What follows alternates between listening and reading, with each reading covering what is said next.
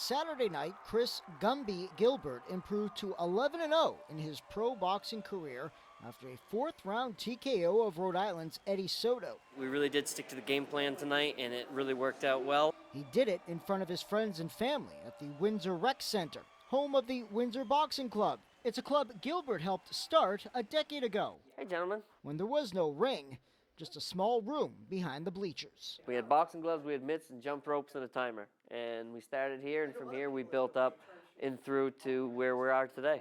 In the back of the gym hang Chris's accomplishments. Two-time Vermont Golden Gloves champ and a winner at the New England Golden Gloves.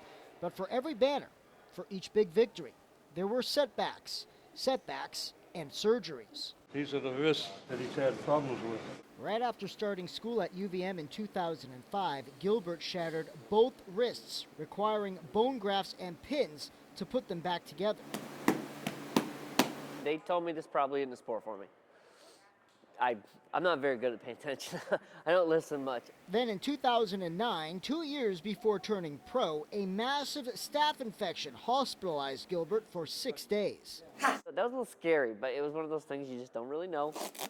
I think every time I've had to take time off, it's been able to give me a little bit of reflection time, go back in, make changes, make adjustments. Injuries are one obstacle. Traveling is another. The hardest part for me right now is finding those opponents for sparring, getting people that are at my level that can push me. He gets in the car and he'll drive all the way to Portland, Maine, and I'll drive up from where I am, and we'll meet, and he'll spar, and we both go home. You know, it's just part of what we have to do. But thanks to the help of his trainers and support of his family, especially Mom, who organized Windsor's second annual fight night, the 29-year-old has persevered in convincing fashion. 8 of his 10 previous fights ending by knockout. Watching him fight is fun. I enjoy watching him fight. I know Chris's abilities. I've watched him for 9 years now, trained with him, worked with him. The more people hear, the more the word spreads, the more Chris Gilbert's name gets out there, and the more he'll go further.